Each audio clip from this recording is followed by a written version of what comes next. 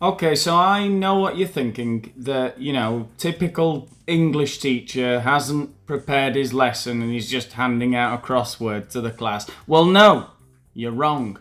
Actually, I've had to read up on pretty much every answer here.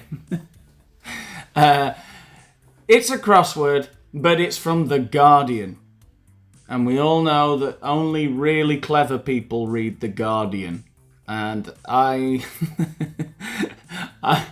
don't. So I don't know what that means about me. But I'm going to have a look at the clues here. And there's some really, really, really difficult vocabulary here. Very high level stuff. They give you a clue. It's a crossword. You've all seen a crossword before. They give you a clue. And from that clue, you have to get the word that's missing in the gap. Really, really hard. But I mean, if you get any of these right and you're an English student, then you're a genius. And even if you don't get any right, you're going to learn loads of new vocab. So, just because you're not a genius yet, eventually you might become one if you just keep watching my videos. There you go. That's how I'm going to sell myself. I'm not selling myself. That's fine. You're going to learn by watching my channel. You're going to learn more English. That's the whole idea, isn't it? So, anyway, let's have a look. Number one. The first one's really easy, I thought. I thought it was easy. US November national holiday. 12 letters. This is an easy one, isn't it? It's the only holiday we don't have. Let's see. I think it's Thanksgiving. I can't see the keyboard very well. But yeah, it's Thanksgiving, surely. Yeah, that fits anyway. Okay, European money. European money. I think that one's a fairly easy one as well. No, 9 across. So European money is going to be, well, the euro, no? Yeah. I don't know if I can remember all of the euros. I don't know if I can remember all of the answers. But it gets more difficult than this, by the way. So stay tuned. Okay, now this one's a really interesting one. For me, this one's got a personal story behind it. It says, storehouse. A storehouse for threshed wheat, etc. For threshed wheat, etc. All those kinds of things that you keep in a storehouse.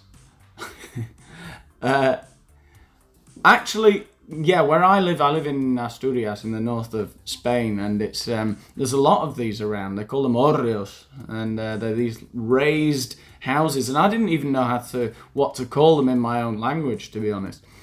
And I found out that they were called granaries. So that should fit in there. It's a granary. It's where you keep the food so that animals can't get at it. And in Asturias, at least, and I guess everywhere, no, in the olden days, they're raised off the ground so that rats and things can't get at it. I was going to say birds, but of course birds have wings, don't they? So putting something in the air is not so much of a problem. Okay, Hector City. Hector City. Well, it would have been easier for me if they'd have said Helena's City. But apparently Hector lived there too. And Hector City in ancient Greece was Troy. Okay, good. A squadron of small warships. This is a term I have heard before, and I think it comes from Spanish, and obviously the wars with the Spanish Armada and all that stuff that I know loads about. We got a lot of Spanish words in English in English from those interactions, I believe, and one of them was let's click on it. Flotilla. And I think you'd say the same thing. It's a flotilla. Yeah, I think that exists as well in Spanish, which of course means like a small fleet, because a fleet, you would call it a flota in Spanish. So yeah, we call it a flotilla, a squadron of small warships, small boats in a maritime war. Okay, so public school. clod breaker. Now this one's really difficult. This one's, I don't know how anyone who's not English could get this. I don't think most English people would get this. Right, so, and I mean English, not even Americans, I don't think, because first of all, public school does not mean it is run by the state in England. So like The Guardian, when they're talking about public schools, they're talking about private schools, essentially. They're not run by the state. You have to pay a lot to go there. And this is a famous public school in England. It's a boys' school. And then the other clue it gives you is a clod breaker. Now, clods are like lumps, basically. And a clod breaker is like a colloquial term to talk about a machine that would basically go over the fields. It's an agricultural tool, basically, that would go over the fields and break up all of the lumps of dirt, basically, to help to cultivate crops. So a clod breaker, that machine can be called a harrow. And there is a famous public school in England called Harrow. I believe Harrow School for Boys, I think it's called. So there you go, we're learning, aren't we? Made level in 6. So, got to be careful here, because like even they're even obsessed with tense in The Guardian. I mean, it's crazy. It's really difficult. Made level, so it's gonna be a verb in the past tense, which means that something was leveled out, right? So if you make something level, you can also make it even. So in the past tense, you could write evened, like that. There you go. See, still learning. This is I don't know how people are good at these. It's like, how many things do you have to know? Like, obviously, like with words, you can know lots of words, but then you have to have loads of general knowledge to do these things as well. And this isn't even the hard one. This is just the quick. They call this the quick crossword. There's the cryptic one, which is just like, well, I don't know how people get good at them, really. I guess it's like Sudoku. You can get good at Sudoku. Outside wall covering. Okay. Yeah, so outside wall covering. So on a building, particularly like modern buildings, you see it quite a lot. This kind of like PVC covering. We saw like a massive tragedy here a few years ago in England, rather, in London. There was, what was it called? Grenfell Tower, was it? I probably shouldn't be talking about that here, but basically a building burnt down because it had flammable cladding on the outside of it. Cladding. Cladding is a funny word, because we use clad as well to talk about clothes when we talk about not very politically correct nowadays, I guess, but I don't care. When a woman wears something very revealing, they often say she is scantily clad. She's scarcely dressed, I suppose. Scantily clad. Cladding to do with things that cover, yeah. Okay, Klemperer, Preminger, or Bismarck. Klemperer, I think, was a German composer. Although I think when I looked into it, there's another Klemperer who was a physicist, a German physicist. Preminger, an Austrian filmmaker, and Bismarck, obviously the guy, if you've studied World War I or II, they obviously talk a lot about Germany. And the guy that unified Germany. And I can remember the year, actually. I remember it being 1871. I can always remember that for some strange reason. That Germany was unified by this man, Otto Bismarck, and it's Otto Preminger and Otto Klemperer. So the answer here is their name. No, Otto. Okay, good. Okay, Venezuelan River, a Venezuelan river. And a famous Enya song as well, of course, Enya. nobody seems to like Enya as much as me. It's Orinoco. The Orinoco flow.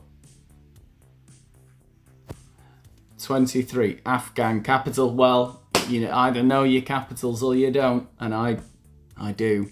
So it's Kabul is the capital of Afghanistan. Okay, this one's really difficult and really good vocab, by the way. To yield to authority, right? So to acquiesce or to consent, but particularly when somebody is in a position of authority over you. What can you do when you acquiesce, when you consent to their authority? It's 2 words. It's knuckle under. Right, so knuckle under. Knuckle obviously being the joint here on your hands there, between your hand and your finger. The first joint there is your knuckle, what you punch with, basically, what I punch everyone with.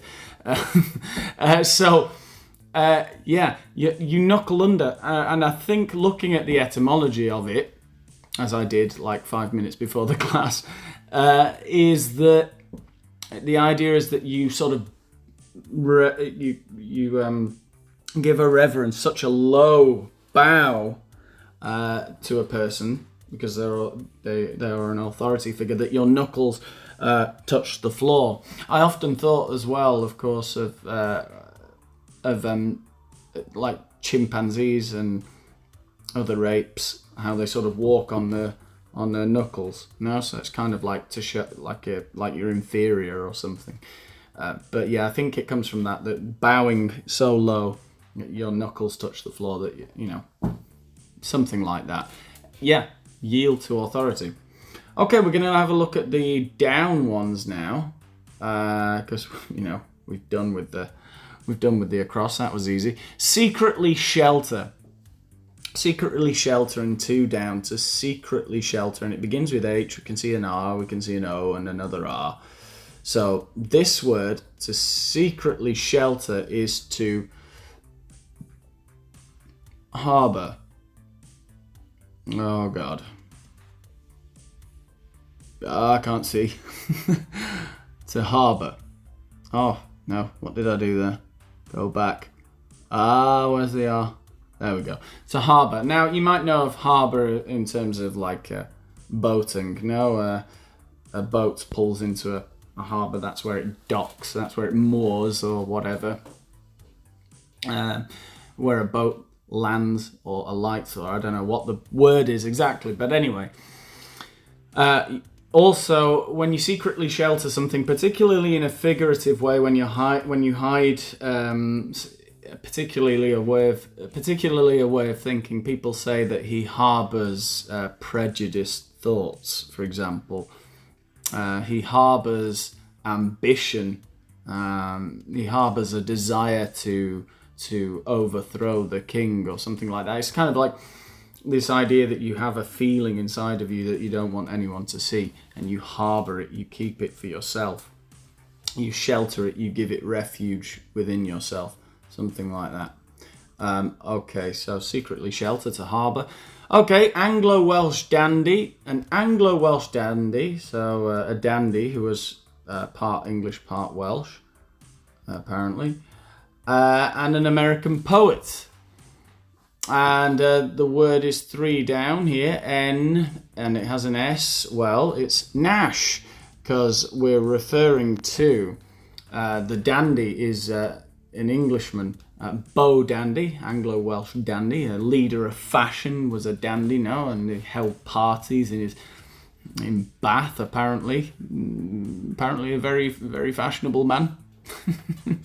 And the American poet, who died in 1971, and that's Ogden Nash. Don't know much about him, but that's who it is. Okay. In a wise way is 4 down. 4 down. In a wise way. In a way that is sort of like intelligent and savvy. Well, it's a funny one, this. Because we now have, what's it called? I need to check this.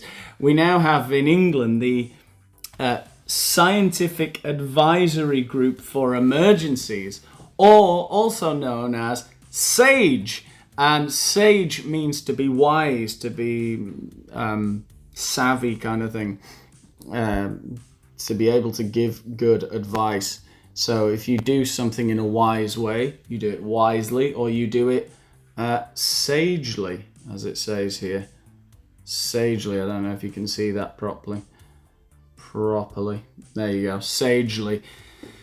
Yeah, so kind of ironic, isn't it? The name they gave themselves, the Scientific Advisory Group for Emergencies, called themselves SAGE in the UK, because they have led us very wisely and very sagely over the last few months. No inconsistencies. Nothing to criticise there. Okay, good. So let's go to number 5, Dormant. It says dormant, so we can talk about a volcano that is active or dormant. Active, or of course the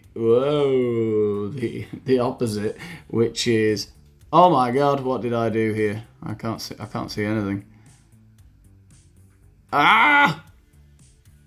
Inactive, I think. No, is what you would say. Inactive. There we go. Oh, I didn't write it properly. Inactive. There we go. Inactive, yeah. It's dormant, often, yeah, when we're talking about a volcano. It's either active or inactive, or we sometimes call it dormant, yeah, that it's not working, basically. It's not a threat. Okay, then. And we're moving on to number 6, with everything considered. With everything considered, another way of saying that is 2 words in... Oh God, I got it wrong again. In all. In all. Yeah, in all. All in all, everything considered, this isn't going too badly. It's going horribly. It's really hard to do these things on my phone. Maybe I should get a better, more professional setup. Okay, 1950 musical based on Damon Runyon's short stories. Yeah, okay, this is a musical. You either know the name or you don't, but I guess we've got a pretty good clue now. No? And the name of this musical is Guys and Dolls. Guys and Dolls. There you go. There you go. Guys and Dolls. The name. Oh no! What Vise? Guys and Dolls. Yeah. Guys and Girls. Guys and Dolls. Okay. Alright. Let's see. Let's try and get this over with. Succeed in a race against time. So you've got a race, and you're racing against time, or racing against the clock. And it says to succeed. So if you succeed in a race, and you're trying to defeat a competitor who is just time, a clock, you beat the clock. You beat the clock. So let's see if we can get it done. Oh God. Beat. Oh God. Got it all wrong again. So I can't read. I can't see. This is a disaster. Beat the clock. The I can't read.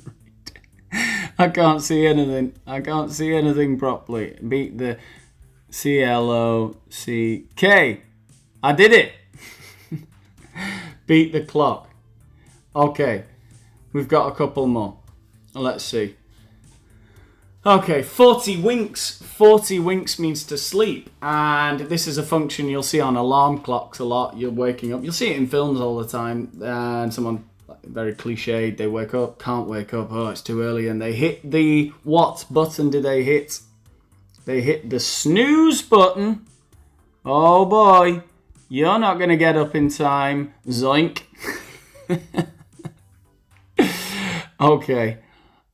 And we've got 2 more. Parting word. Oh God, parting word means the final word, the last thing you say to someone. This is really difficult because it's not even English. It's French. Adieu. Adieu.